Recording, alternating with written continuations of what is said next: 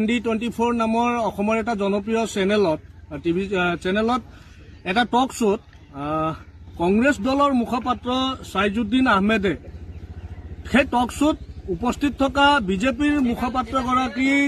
লগত তেওঁ ব্যক্তিগত মতানৈক্য বা তেওঁলোকৰ ৰাজনৈতিক মতানৈক্যক লৈ টানি আনি তেওঁ অসমৰ স্বতন্ত্ৰতা সেনানী ছবিলাল উপাধ্যায়ৰ বিষয়বস্তুত আমাৰ গোৰ্খা জাতিটোক নেপালী শব্দ ব্যৱহাৰ কৰি যি হিচাপে তাচ্ছিল্যপূৰ্ণভাৱে তেওঁ আক্ৰমণাত্মক ৰূপ লৈ নেপালী জাতিটো নেপালৰ হয় বা বৰ্তমান আমাৰ অসমৰ যিমানখিনি আমি গোৰ্খাসকল আছো তেওঁলোকক উদ্দেশ্যি তেওঁ যি হিচাপৰ মন্তব্য ৰাখিলে ইয়াক আমি গোৰ্খা যাত্ৰা সন্থাই তীব্ৰ ভাষাৰে আমি প্ৰথমতে গৰিহণা দিছো আৰু আমাৰ কথা স্পষ্ট যিকোনো ৰাজনৈতিক দলৰ সদস্য হওক যিকোনো ব্যক্তি হওক তেওঁলোকক যদি অসমৰ গোৰ্খাসকলৰ অৱস্থিতি ইতিহাস গোটেইখিনি জানিবলৈ যদি মন আছে তেতিয়াহ'লে তেওঁলোকে গোৰ্খা ছাত্ৰ সন্থাৰ লগত যোগাযোগ কৰিবলৈ আমি আহ্বান জনাই আছো আমি বহুকেইখন সভা সমিতিত বহুকেইটা ছ'চিয়েল মিডিয়াত এই কথাখিনি কৈ আছো যে আজিৰ সময়ত অসমৰ গোৰ্খাসকলক কোনোবা এটা বিদেশী ৰাষ্ট্ৰৰ নাম লৈ তাচ্ছিল্য কৰা বিষয়বস্তুখিনি কিন্তু বাদ দিবলৈ আমি সেইজন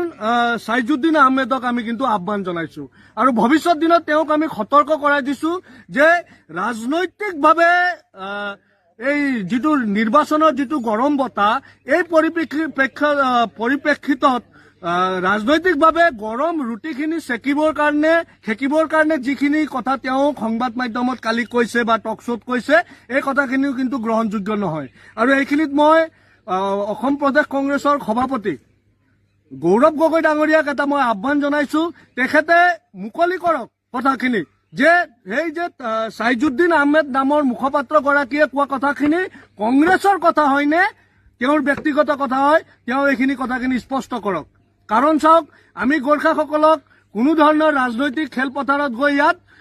বেলেগ ধৰণৰ খেল খেলিবলৈ আমাক কোনো প্ৰয়োজন বোধ আমি কৰা নাই আমি এটাই বস্তু বিচাৰি আছো যে বিদেশীৰ নাম লৈ আমাক তাচ্ছিল্য কৰা যিখিনি ছিষ্টেম আছে সেই ছিষ্টেমৰ পৰা সকলোকে আঁতৰি থাকিবলৈ আমি আহ্বান জনাই আছো আৰু এটা কথা স্পষ্ট সেই ছাইজুদ্দিন আহমেদক ইতিমধ্যে আমি শুনিব পাইছো বা প্ৰেছ ৰিলিজ আমি এটা পাইছো যে কংগ্ৰেছ দলে তেওঁক তেওঁৰ পদৰ পৰা নিলম্বন কৰিছে বুলি আমি দেখিবলৈ পাইছো এটা কথা চাওক তেওঁক পদৰ পৰা নিলম্বন কৰিব মাত্ৰ কৰিলে নহব আমাৰ স্পষ্ট কথা যদি গোৰ্খাসকলৰ এটা ঐতিহাসিক যিটো ইতিহাস অসমত আছে গোৰ্খাসকলে যি অসমৰ সৰ্বাংগীন উন্নতিৰ কাৰণে যদি কাম কৰি গৈছে তেতিয়াহ'লে সেই ছাইজুদ্দিন আহমেদ নামৰ ব্যক্তিজনক কংগ্ৰেছ দলৰ পৰা নিলম্বন কৰক আমাৰ স্পষ্ট কথা নাই তেওঁক বহিষ্কাৰ কৰক প্ৰাথমিক সদস্যৰ পৰা বহিষ্কাৰ কৰক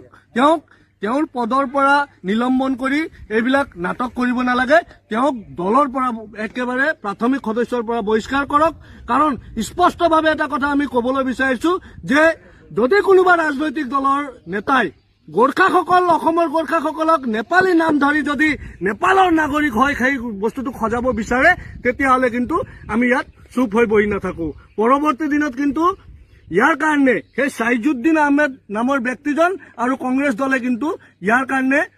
এটা বিশেষ এটা পৰিস্থিতিৰ সন্মুখীন হৈ যাব পাৰে ভৱিষ্যত দিনত আৰু এটা কথা স্পষ্ট মই ইয়াত কৰিব বিচাৰিছো যে সদৌ অসম গোৰ্খা ছাত্ৰ সন্থাৰ মঞ্চৰ পৰা আমি কোনো ৰাজনৈতিক দলৰ পক্ষত বা বিপক্ষত কথাখিনি ক'ব বিচৰা নাই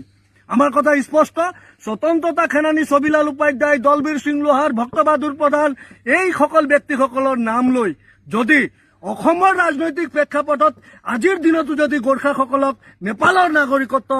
নাগৰিক হিচাপে যদি তেওঁলোকে দেখাব বিচাৰে ইয়াৰ কিন্তু আমি সদৌ অসম গোৰ্খা ছাত্ৰ সন্থা আমি চুপ হৈ